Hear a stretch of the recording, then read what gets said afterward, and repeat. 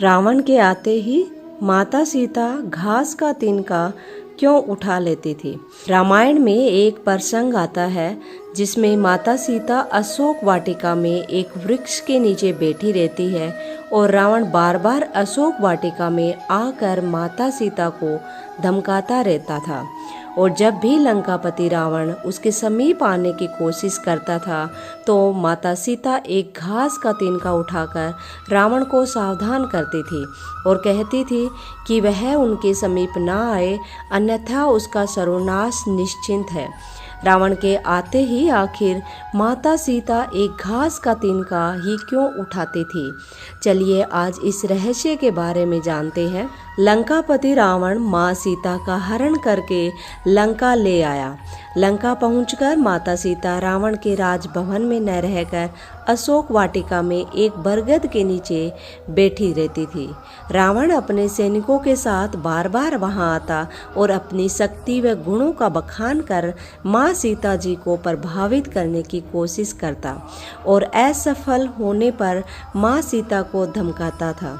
लेकिन माँ सीता मौन धारण किए चुपचाप बैठी रहती थी। रावण ने अपना हर पैंतरा आजमा लिया लेकिन वह माता सीता को किसी भी प्रकार से प्रभावित नहीं कर सका।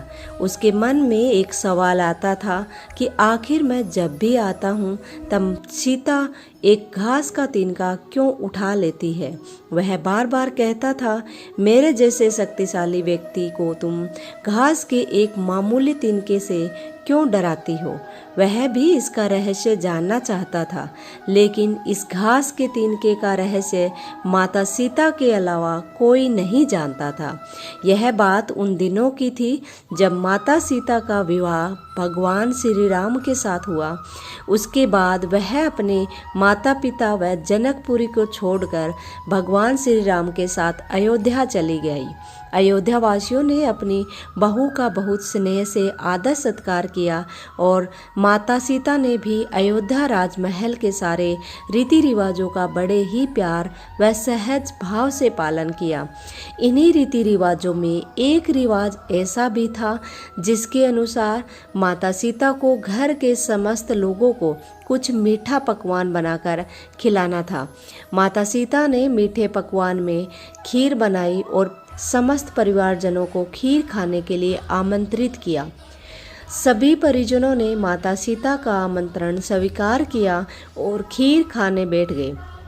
माँ सीता ने सबको खीर परोस दी, लेकिन न जाने कैसे राजा दशरथ की खीर में एक छोटा सा घास का तिनका गिर गया, जिसे माँ सीता ने देख लिया। चूंकि वो खीर राजा दशरथ को दे चुकी थी और उन्होंने खीर खाना शुरू कर दिया था, इसीलिए अब मर्यादा वंश उनके लिए उस तिनके को हाथ से उठाना संभव नहीं था। तभी माँ सीता ने दूर से ही इस तिनके को घूर कर देखा और वो तिनका जल कर राख हो गया। सीता जी ने सोचा उन्हें ये करते हुए किसी ने नहीं देखा, लेकिन राजा दशरथ ने माँ सीता के इस चमत्कार को देख लिया था। उस वक्त राजा दशरथ चुप रहे, लेकिन कुछ समय बाद उन्होंने सीता जी को अपने कक्ष में बुलवाया और उन्होंने सीता जी को बताया कि आज उन्होंने भोजन के समय उनके चमत्कार को देख लिया था।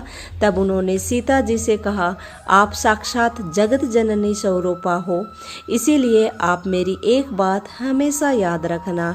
आपने जिस नज़र से आज उस तिनके को देखा था, उस नज़र से आप कभी भी अपने शत्रु को मत देखना। बस इसी कारण जब भी रावण माता सीता के सामने आता था तो वो उस घास के तिनके को उठाकर राजा दशरथ की बात को याद कर लेती थी। माता सीता चाहती तो रावण को पल भर में राख कर सकती थी, लेकिन राजा दशरथ को दिए उस वचन की लाज रखने के लिए वो हमेशा मौन रहती थी। दोस्तों, ये वीडियो आपको अच्छा लगा तो वीडियो को लाइक, शेयर और सब्सक्राइब करना। Thank you.